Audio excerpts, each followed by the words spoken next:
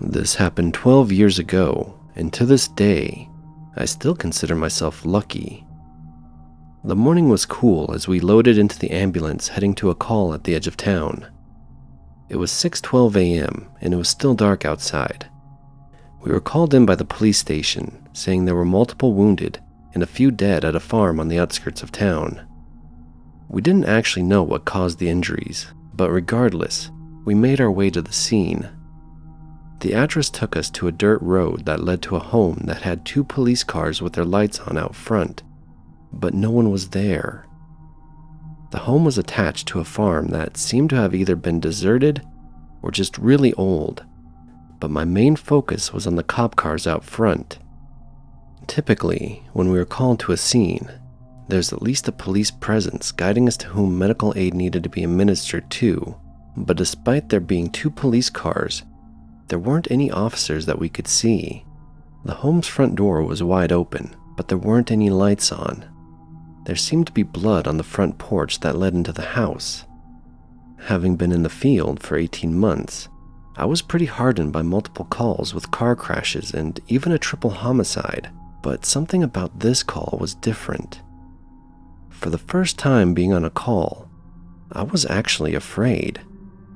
I slowly entered the home with a flashlight and a med bag. The blood that was on the porch led into the home and up the stairs. I made my presence known, but I got no response. I tried the lights, but they didn't work. What was this place? As I searched the bottom floor for clues, I started to hear muffled sounds coming from upstairs. It sounded like something heavy was being dragged on the floor. The other paramedics were with me now, and they also heard the sounds upstairs, but they too seemed to feel scared. We heard the dragging sounds continue above us, slowly moving to the top of the stairs. Not thinking, I began to walk up the stairs to see if there was anyone I could help. The blood on the stairs was thick and made it slippery since the floors were made of wood. I shined my light in front of me, having no idea what to expect. I slowly continued forward with my fellow paramedics behind me. Once almost at the top, we saw a policeman dragging himself along the ground. He continued to pull himself on the ground as my flashlight panned over him, revealing that his lower half was missing.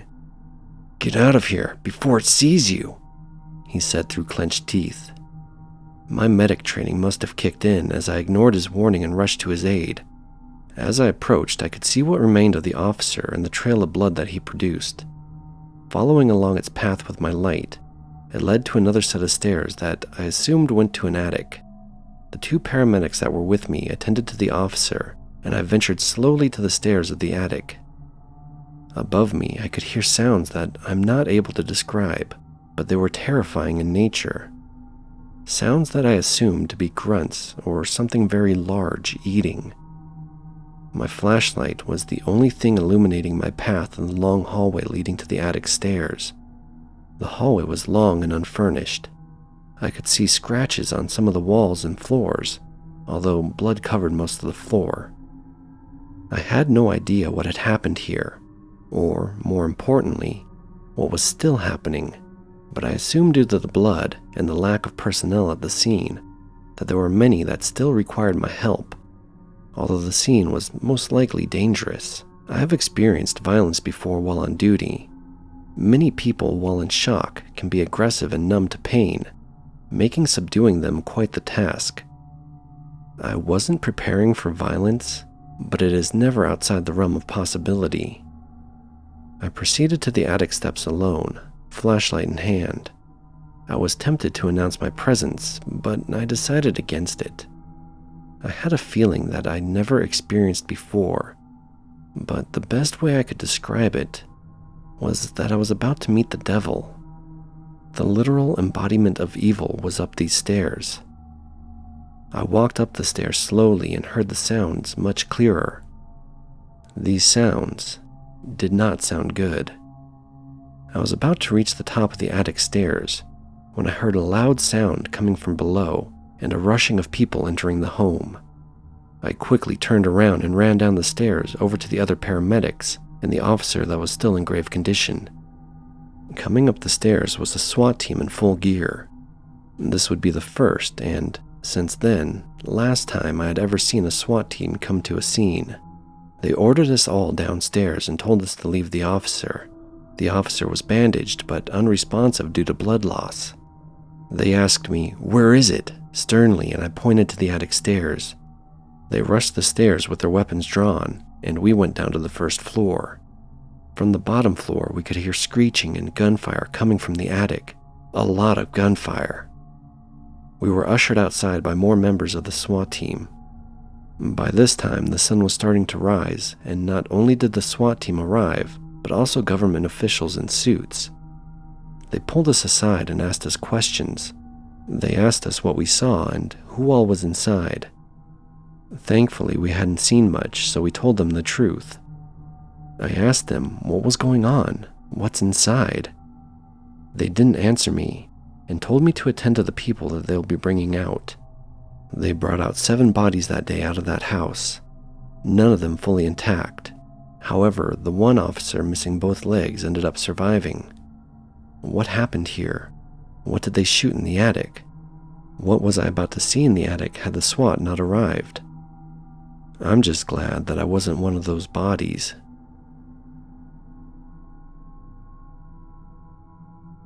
A couple of years ago, I was in the Boy Scouts, and we would go camping over the summer at the Camp Thunder campgrounds up in the mountains. This was my second year up there, and had tons of fun the year before. Part of the fun for me and my friends were the pranks with the other scout tribes. The year before, we got pranked pretty well, and someone put a dead possum in my sleeping bag. Needless to say, I was ready to get revenge. This year, I brought a gorilla mask along with some shaving cream that was going to find its way onto someone's head. The gorilla mask was to conceal my identity, but if I could get a scare out of someone, then it would be a bonus. The scout camp was up in the mountains, and naturally we had to keep our eyes open for bears. There had been a scare a few years back when a bear found its way into a campsite, when some scouts left out some Slim Jims, but nothing too life-threatening. We heard the story every year to help prevent unsafe camping techniques, and also to add an additional precaution to not go out past curfew. Curfew was a big deal, and if you were caught out past curfew, you and your tribe could be asked to leave, so stealth was a big factor I intended on keeping. I wanted to wait until the last night to do any pranks, so if I did get caught, then I would only be sent home on the last day. The week was fun, and every day we were warned about not going out at night. The leaders of the camp had a bell at the meeting station that anyone could ring if they saw a bear to warn the other campers. During the week, we had a visit from the park rangers. They told us that the town nearby has had bears coming into their yards and trying to get into their trash. The camp leaders told us this and offered us a full refund if we wanted to leave camp early. Needless to say, no one left. The second to last morning, I woke up to a dozen frogs in my cabin. Someone had pranked me. Tonight, I was going to get my revenge and then some. The whole day went on slower than normal, but night finally came. I got ready and set out late with my gorilla mask and shaving cream. I wanted to make sure I got whoever had gotten me in my tribe, so I decided to hit all the tribes. I made my way to the first camp, and they were all fast asleep. I entered the campgrounds and put shaving cream over all the cabins. For good measure, I made sure to bang on all the windows and let them see my mask to scare them. I banged on the window, and sure enough, the scouts were pissing themselves. I tried to contain my laughter as I took off to the other camps. As I was in between camps, I got a weird feeling, like I was being watched.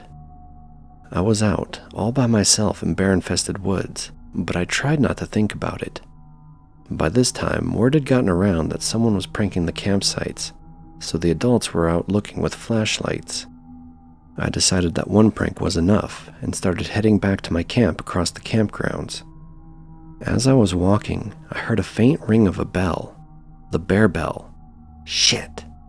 Either someone thought I was the bear, or there was a bear lurking around the campgrounds. I began to pick up the pace when I heard something breathing and snapping twigs behind me.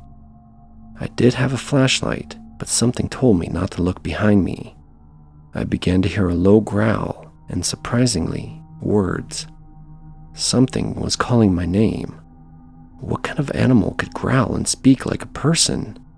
For whatever reason, I disregarded all advice when handling creatures, and I took off from my campsite.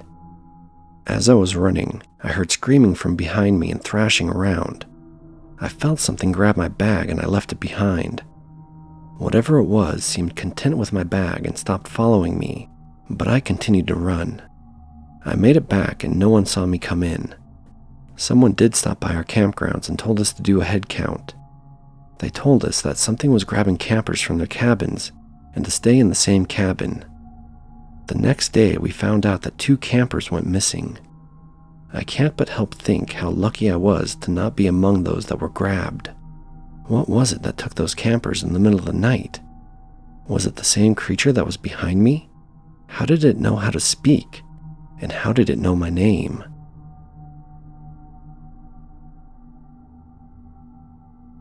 We owned property up in northern Idaho, where my family would, naturally, farm potatoes. Yes, I know, cliché. We own a couple of 100 acres with little to no people nearby. Growing up, I've only seen 3 people drive by our farm. One was our neighbor looking for his lost horse, and the other 2 were college kids that got lost on the way to Canada. With our farm being so large, we have random sets of barns to house fuel and other machinery on and around the farm. In all, we had about 5 or so barns around the farm, and we were told to always keep the barns closed. I somewhat laughed at this idea since nothing was out here but random deer and coyotes. I remember one summer my sister left a barn door open and we had issues with raccoons for the rest of the year. I was the second oldest and was responsible for harvesting crops and storing them in the barns, while my father would go from barn to barn collecting the harvest for the year. Like I said, I was the second oldest. My older brother Trevor died when I was young in a tragic accident with one of the tractors. I was only 10 at the time and he was 17. I remember my father coming in late one night covered in blood, crying with my mother. Apparently, my brother left the tractor in neutral and the tractor rolled on top of him, crushing him. My father went out to look for him when he didn't show for dinner.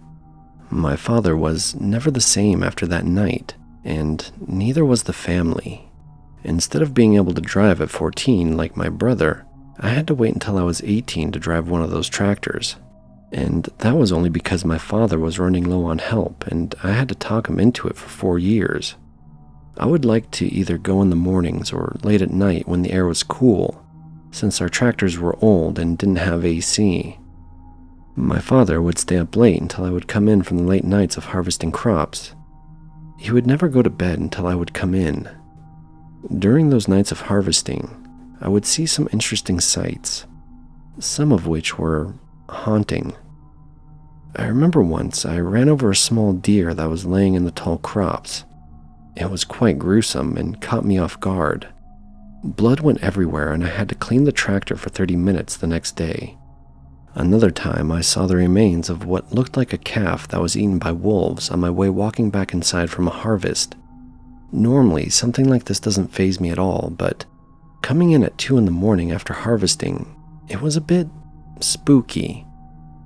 The barn nearest the house was a brisk 15-minute walk, and after seeing that and making that walk with nothing but the moonlight to guide you, it was sure to send a shiver down your spine. Something happened one night, something I never did tell my dad, but I think I saw something imitate my dead brother. Not like another person, but a creature. Something intelligent but evil. So here's what happened. Like I said before, we were told to always keep the doors closed on the barns on the property. Well, I began to get lazy the later my harvest got, and the closer the barn was to the house, the more likely I figured that no one or nothing too deadly would try to stay in the barn that we couldn't remove on our own.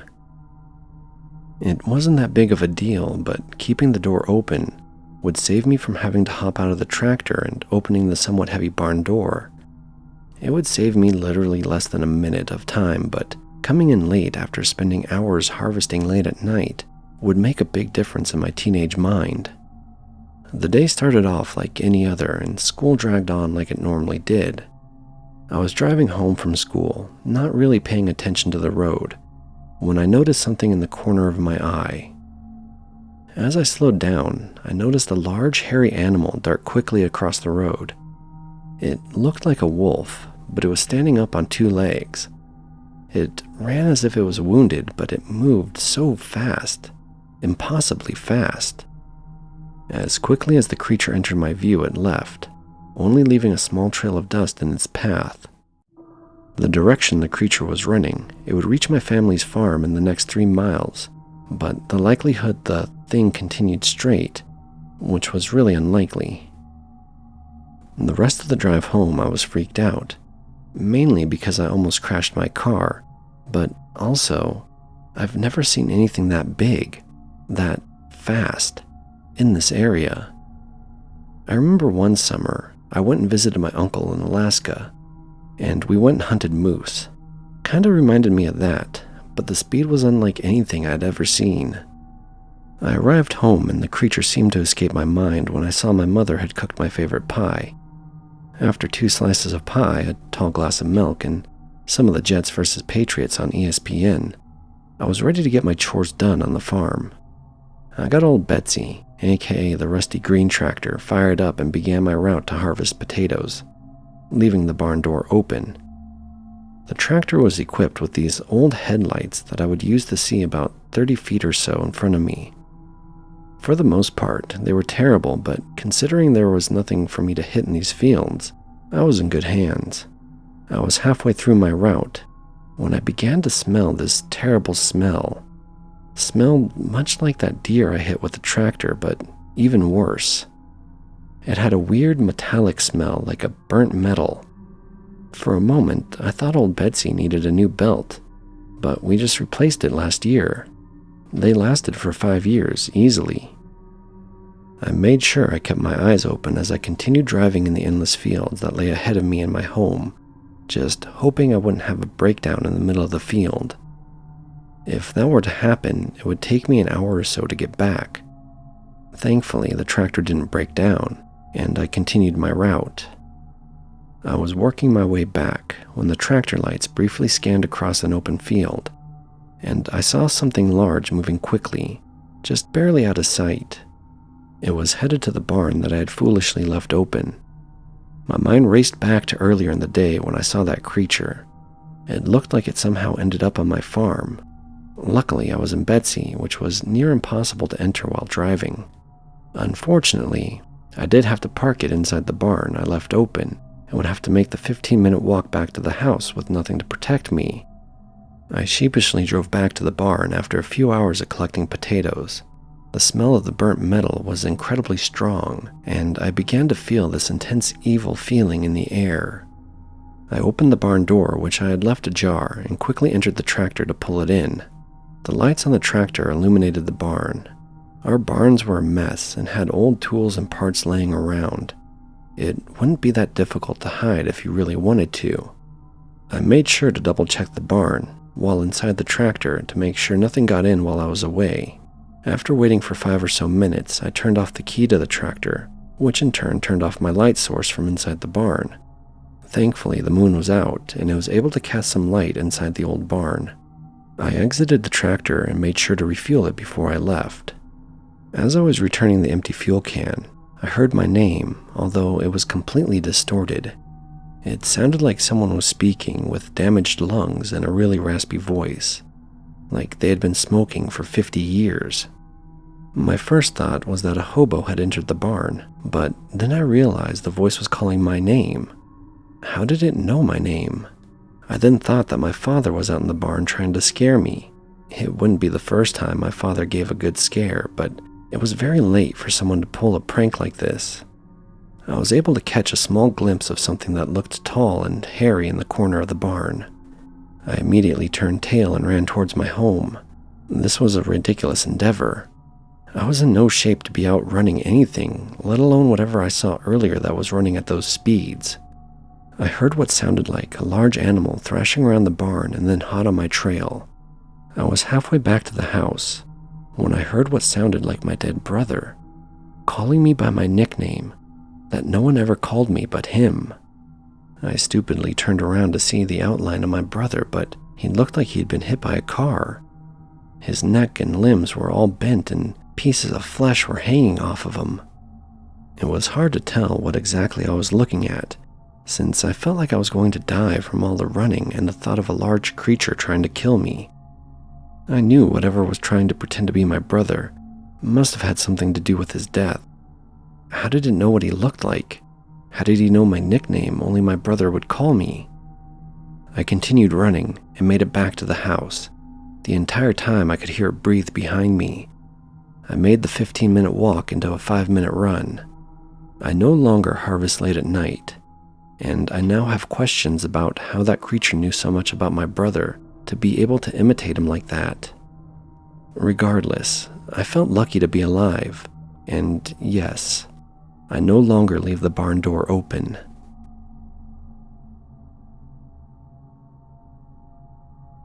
I just moved to this very remote area of a farming town for a really cheap price. There isn't much to do here, but thankfully I stay pretty busy with work, which makes me travel every couple of weeks. I bought this ranch house that seems to be out in the middle of nowhere, and that was by design. I get overly stressed at work, so the last thing I want to do on my spare time is to deal with more people. The home is large and unfortunately rather empty. I never married or had kids of any kind, but the older I get, the more I consider starting a family. I purchased the ranch home, sight unseen, but I mainly did it for the vast amount of land it was on. If I didn't like the house, I could always rebuild and still save money buying something similar in the city. The road that took me to my property was long and desolate, which always reminded me how alone I was out there. The road connected to a dirt path, which eventually led to my house. On the dirt path, there was a rather odd light post that somehow worked, that shined an eerie orange glow.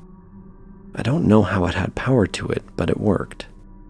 A few hundred yards past the light post was the ranch house. The house was old and it had a weird smell to it.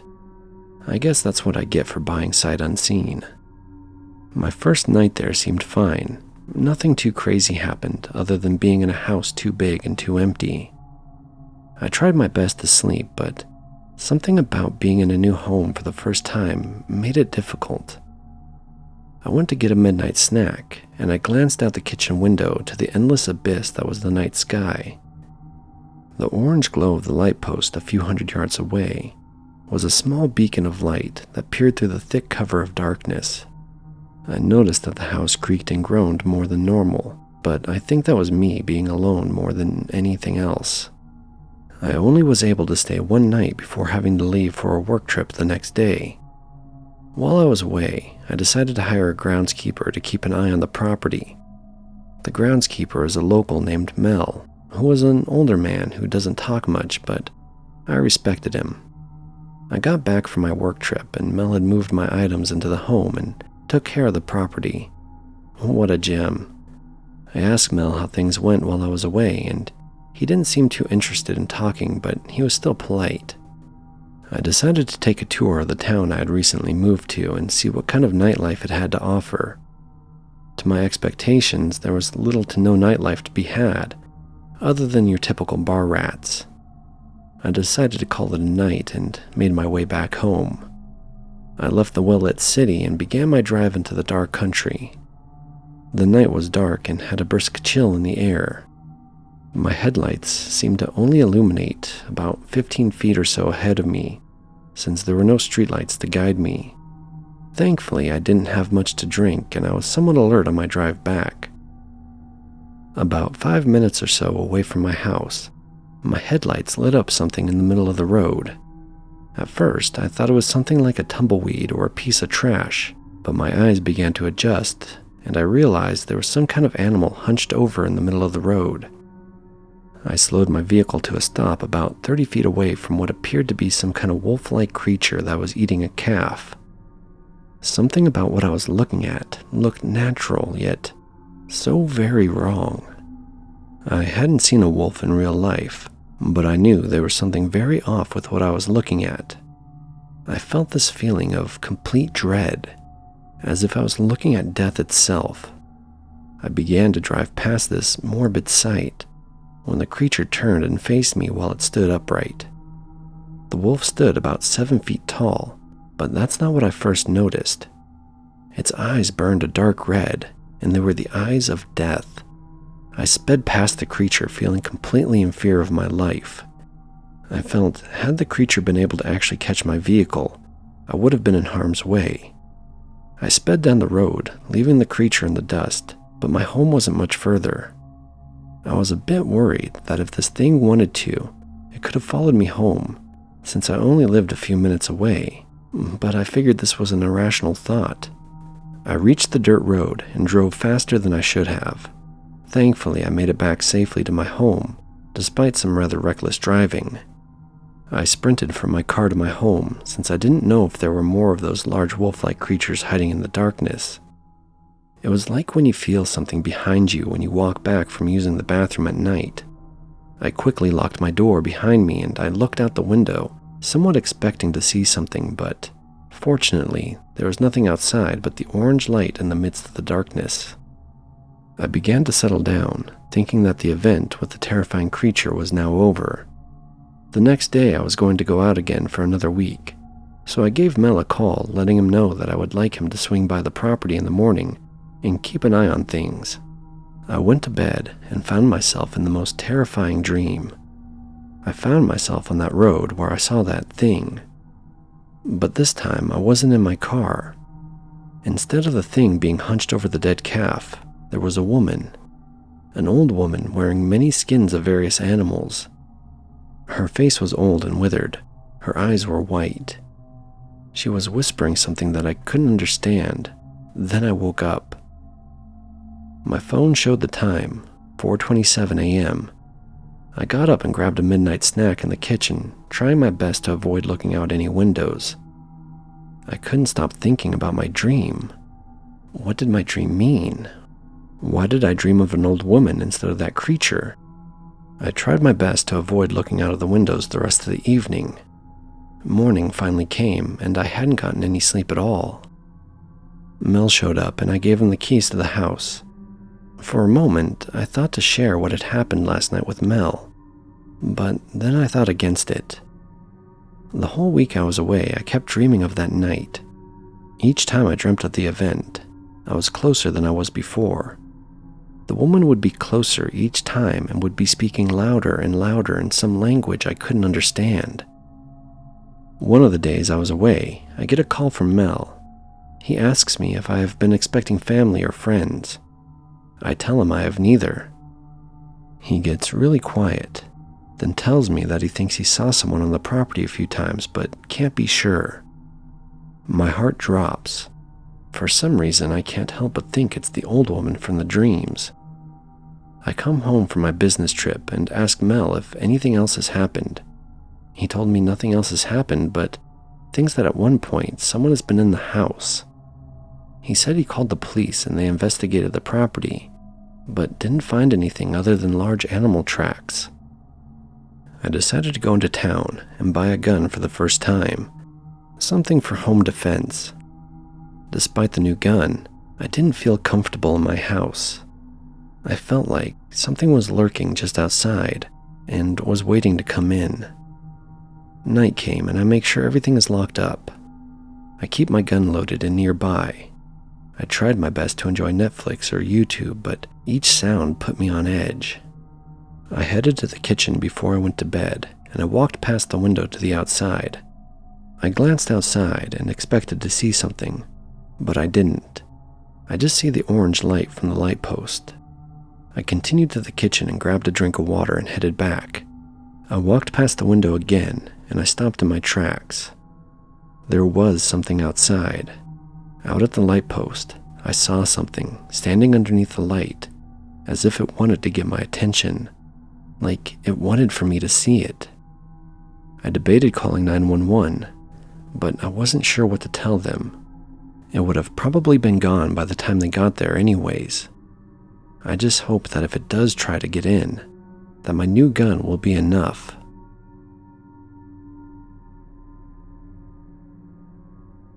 I had a peculiar event happen back in 2007 that I've never really gotten over.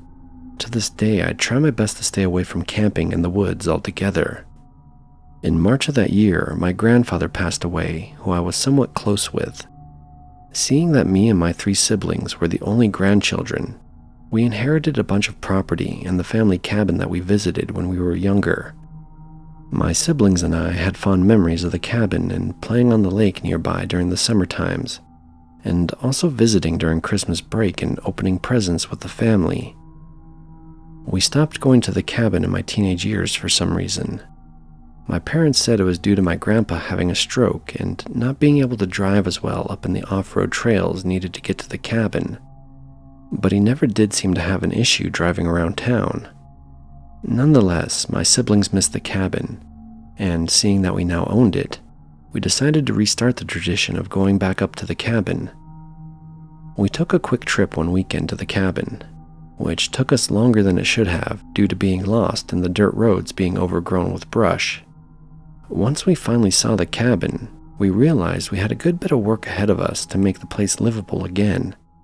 The front door had been torn down, and the inside looked to be inhabited with rodents and all types of wildlife. We cut that trip early and went and stayed in a motel in town, since the cabin looked unsafe to stay in. My siblings constructed a plan to revitalize the once prized location of our childhood over the summer, and get it in working order in time for Christmas break. This was doable since all of us were either still in school or worked full-time. One weekend, while I was the only one up at the cabin, I felt a strange sensation while clearing it out. I remember stopping a few times and checking my surroundings. For some reason, I felt on edge the whole time, and I smelt a pungent odor coming from the woods. Granted, I attributed the smell to the trash from inside the cabin, but whenever I would take a break and go outside, the smell seemed to be stronger. I figured I would need to buy some cleaning supplies to get rid of the stench, so I went into town to buy bleach. I went into your typical mom and pop store and asked them what was good for getting out animal smells of a cabin. This sparked a conversation with the store clerk, and he asked me if I was a local. Kind of a weird question. I didn't see how it related to my question, but I told him I was indeed from out of town. He then told me that there has been an issue with something living in people's cabins while they are away during the off-season. I figured he was referring to the animals that seemed to also be staying in my cabin, but he assured me that there was something evil in those woods. Evil? Wow. I get that locals harass the tourists, but come on. You aren't going to spook me out of my family's cabin with silly ghost stories and monsters that go bump in the night. I was slightly offended by the clerk's remarks and told him that I am not worried about the boogeyman coming to get me. He was persistent and told me that you can tell if it's nearby due to the smell, and that it won't hurt you if you close your eyes. If you look at it, it will follow you. I stared unassumingly at the clerk and purchased my items without another word. I felt my intelligence being insulted by this hick local sharing his nonsense beliefs. What an idiot. I left the store and went back to the cabin. To my surprise, the smell had left before I was able to administer any cleaning products. Maybe the smell was aired out while I was in town. Strange. The rest of my visit went off without a hitch, and nothing out of the ordinary happened. A few weeks later, and I get a call from my sister, and she's crying. She tells me that while her and her husband were cleaning the cabin, they noticed something peering into the cabin windows. They didn't get a good look at it, and said they could only make out an outline of what looked like someone standing on 2 legs. I asked if it could have been a bear, but they said it looked like it was cupping its hands over its eyes to look into the cabin, something a bear would definitely not do. I got quiet and asked for my sanity's sake, was there a bad smell? She immediately responded with a yes. I didn't say what the local store clerk had told me, since I didn't want to scare her more than she already was. She spent a few more days out there, then came home unharmed. I later convinced my siblings to sell the property by saying it was more hassle than we could take on. I don't know what was up there. I only know that the feelings I got that time I was working on the property were enough to keep me out of the woods altogether.